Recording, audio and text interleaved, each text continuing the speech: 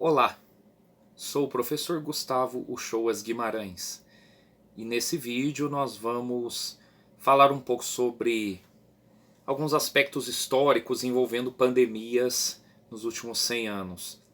E o título dessa aula, dessa pequena aula, desse vídeo, o título será Uma Triste Continuidade ao Mundo Contemporâneo. É o mesmo título de um texto que eu publiquei ontem na internet, no meu site Intimidade com a História. Então vou nessa linha também. Uma triste continuidade ao mundo contemporâneo. A história ela vai trabalhar sempre com mudanças e permanências. Tudo aquilo que muda ao longo da história, aquilo que o ser humano transforma, aquilo que ele faz de diferente, pensa de diferente ao longo do tempo, mas também aquilo que permanece. Certas coisas mudam de época, de pessoas, de lugares, mas essencialmente algumas coisas continuam. E isso a história também vai explorando. E aqui, no caso das pandemias, nós vamos considerar principalmente de 100 anos para cá. Então, tendo como foco aí a gripe espanhola, que não surgiu na Espanha, depois eu falo por que gripe espanhola. A chamada gripe de Hong Kong nos anos 60, a gripe asiática nos anos 50 e a gripe aviária em 2009. E agora esse surto de Covid-19 que já vem sendo pejorativamente chamado de vírus chinês. Então nós vamos pegar essas pandemias principalmente para a gente poder fazer uma análise breve aí das continuidades. A primeira continuidade, a exigência de cuidados. Você vai lá na gripe espanhola, que ganhou esse nome porque a imprensa da Espanha que começou a dar maior destaque. Então aí depois acabou sendo a gripe acabou sendo pejorativamente chamada de espanhola. Mas na verdade uma das teorias mais fortes é que vai surgir na França, nos campos de batalha da Primeira Guerra Mundial. E a gripe espanhola, naquele período, 1918, 19 e 20, você já tinha uma exigência sobre cuidados a serem feitos. Evitar aglomerações, ficar mais em casa, E já você tem uma política aí de incentivo ao isolamento social. Então, a mesma coisa foi feita na gripe asiática nos anos 50, na gripe de Hong Kong nos anos 60, na gripe aviária no final dos anos 2000 e está sendo feito agora. Então você tem aí uma continuação dessa política de isolamento social. Outra questão também que continuou aí, de uma pandemia para outra é a chamada guerra de discursos.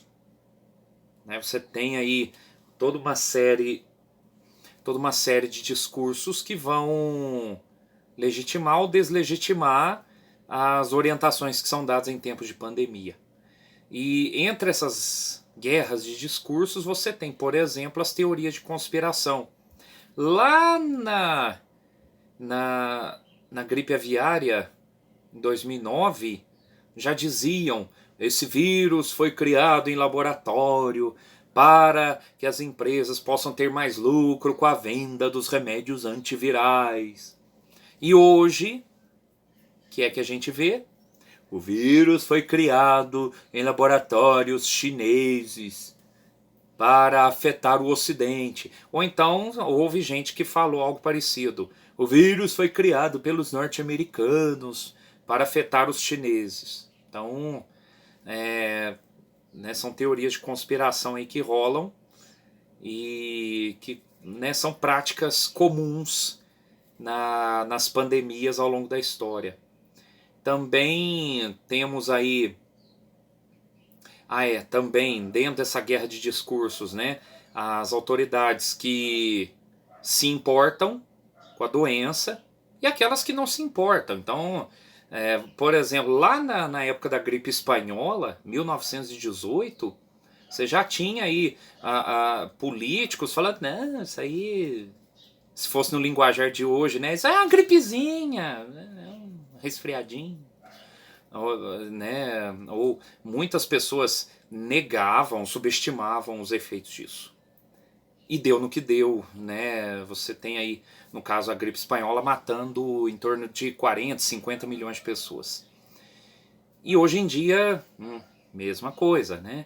É só uma gripezinha, isso aí é armação da esquerda para poder desestabilizar o presidente, né? Você tem toda uma série de discursos que negam ou subestimam.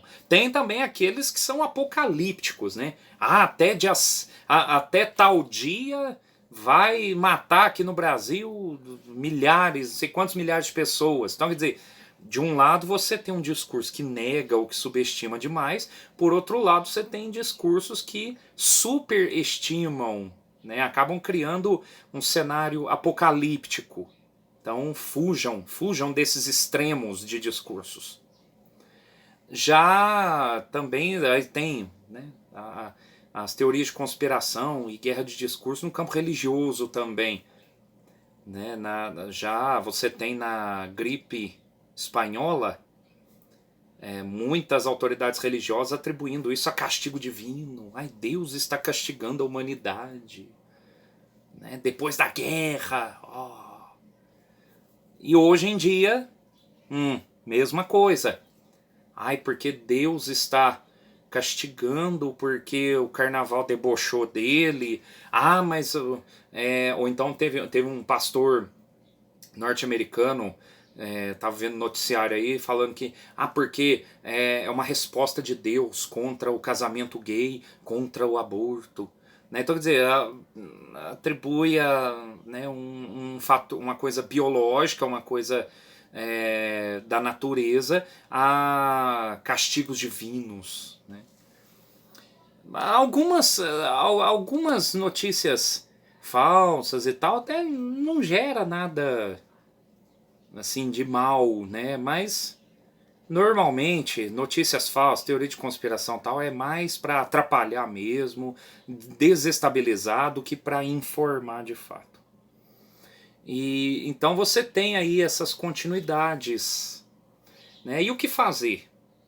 O que fazer? Aí as recomendações também são continuidades. Toda pandemia se fala de isolamento social, cuidados higiênicos, né, evitar aglomerações, tal. Então até mesmo as recomendações para o combate ao vírus, né, as recomendações para o combate a essa doença também são continuidades históricas. A história nos ensina, a história nos desperta o entendimento. Ver o passado é uma das melhores formas para se entender o presente. Tem gente que entende isso e dá valor à história, ao estudo da história. Tem gente que não entende isso e tem gente que sabe disso, mas desvaloriza o estudo da história da mesma forma, aí já com interesses inúmeros. Então, essa é uma pequena fala que eu gostaria de ter com vocês.